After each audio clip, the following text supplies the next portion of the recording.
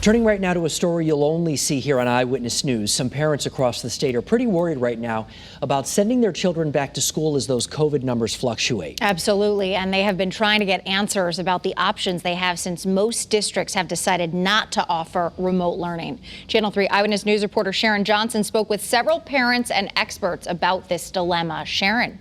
Well, Mark and Aaron, as you know, we're 2 weeks away from the school year, and a lot of parents are in a very tough position.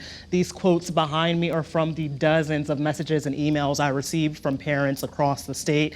Some tell me they need that remote learning option because going back in the classroom could become a life or death situation for their child or for them.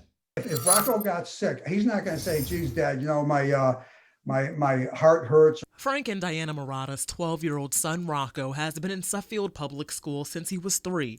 He has Down syndrome, a congenital heart defect, and is prone to infection. Murata says he's thrived during his remote learning sessions last year, and they were looking to continue it for the summer and fall. Suffield Public Schools denied their request. Ended up withdrawing him from the school, and we're going to homeschool. Murata is not alone. And I'm worried that doing a homeschool is going to further isolate her. Elizabeth Viano has type 1 diabetes and her daughter Macy has asthma. Today they joined a group advocating for remote learning in Fairfield Public Schools. According to legislation, school districts cannot offer district-wide or school-wide remote learning this year. The state guidance says the district must provide homebound and hospitalized instruction for students with a verifiable medical reason, but that instruction is typically just 2 hours a day with 1 hour for younger children. The guidance encourages districts to develop a remote learning policy for students with immunocompromised family members, but doesn't lay out specifics. Where all of the children in an indoor environment are not vaccinated, it remains high risk. Dr. Marnie White with Yale School of Public Health says even with masking and social distancing, schools are still high risk. The state says disability laws remain in effect, which means students with disabilities may still receive remote learning as an option.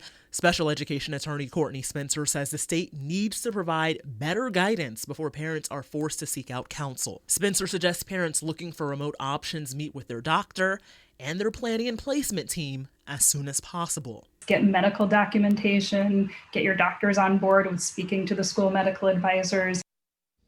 And we reached out to the governor for comment, and we're waiting for a response. Meanwhile, the State Department of Education says they'll soon be releasing a frequently asked questions document because they've been getting a lot of questions about remote learning. If you have any questions about remote learning, head over to our website or to WFSB.com and to the Channel 3 News app for additional resources. In studio, Sharon Johnson, Channel 3 Eyewitness News.